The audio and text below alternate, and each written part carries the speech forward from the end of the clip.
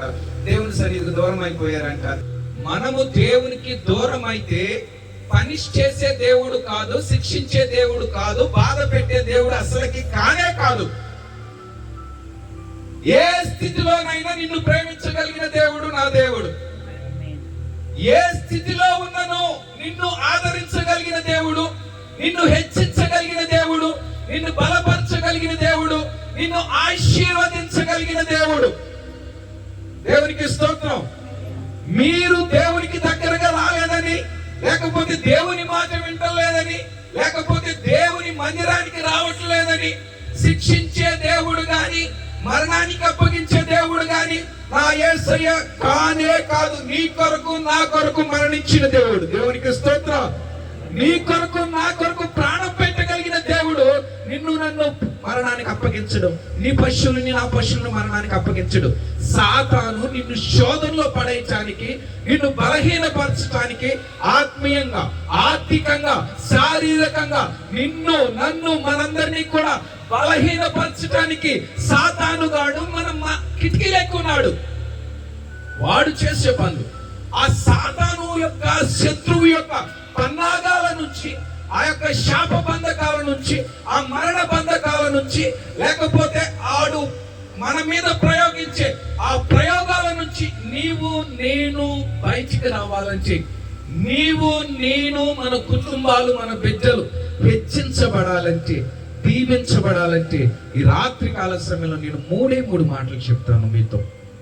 ఆ 3 మాటలు మన జీవితాంతము ఫాలో అవ్వగలిగితే, అలా నాడు మనం చదువుకున్న రిఫరెన్స్ వాక్యంలో దావీదును హెచ్చించిన దేవుడు నిన్ను నన్ను హెచ్చించును.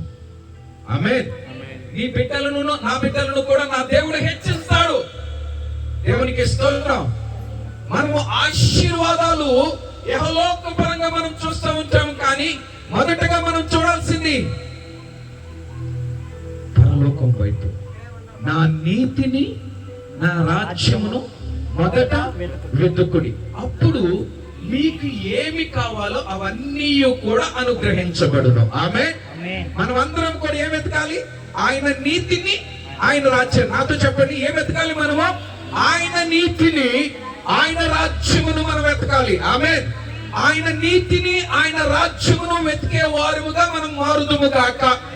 అట్టి ఆత్మీయ స్థితిలోనికి మనం అందరము వెళుదుము గాక. ప్రియమైన దేవుని బిడ్డలారా, ఇక్కడ దావీదు గారు అంటున్నారు, దావీదు రాజు లోపల ప్రవేశించి యెహోవా సన్నిధిని కూర్చొని ఇలాగ మనవి చేసిన, నా ప్రభువా యెహోవా, ఇంతగా నీవు నన్ను హెచ్చించుటకు నేను ఎంతటి వాడను, నా కుటుంబము ఏ పాటిది, నా కుటుంబము ఏ పాటిది. ఎంతగా హెచ్చించాడు, ఎంతగా హెచ్చించాడు. గొర్రెలు కాచుకుని ఆ గొర్రెల కాపరి అయిన, ఆ గొల్లవాడిగా పిలువబడిన దావీదు గారిని గొప్ప రాజుగా చేశాడు. దేవునికి స్తోత్రం. హల్లెలూయా. ఆ గొప్ప రాజుగా చేసిన తర్వాత ఈయన అంటున్న మాట, ఇంతగా హెచ్చించుటకి నేను ఏ పాటి వాడనయ్యా. ఏమంటున్నాడు? నేను ఏ పాటి వాడను. అక్కడ ఏం కనిపిస్తుందంటే నాకు ఆయనలో తగ్గింపు కనిపిస్తుంది. ఏం కనిపిస్తుంది? తగ్గింపు కనిపిస్తుంది. మొదటిగా నీవు గాని నేను గాని మనమందరము గాని ఆత్మీయంగా హెచ్చించబడాలన్నా, ఆర్థికముగా హెచ్చించబడాలన్నా, అన్ని రకాలుగా ఇహలోకపరముగా పరలోకములో కూడా హెచ్చించబడాలంటే మన జీవితాల్లో, మన బ్రతుకులలో మొదటగా ఉండవలసిన ప్రాముఖ్యమైన లక్షణము తగ్గింపు. ఏంటది? నాతో చెప్పండి, ఏంటది? తగ్గింపు. మీక్నెస్, దీన మనస్సు.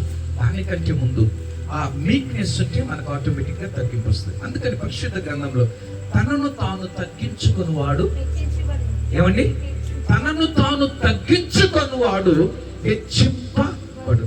ఇక్కడ దావీదు గారు ఎలా తగ్గించుకుంటాడంటే, మిన్నల్ని వంటి వాడను. ఏమంటాడండి? సౌలు గారు చంపడానికి వస్తే చచ్చిన కుక్క వంటి వాడను. ఎవరైనా రాజు పొజిషన్, అంత గొప్ప ఆయన ఏమంటున్నాడు తెలుసా? అయ్యాకు నన్ను వెంటబడుతున్నావు, నేను మిన్నల్ని ఏంటి వాడినా. నల్లటి తెలుసు కదండి, అంత క్రితం నవారు మంచాలు, ఈ నొలక మంచాలు తల్లి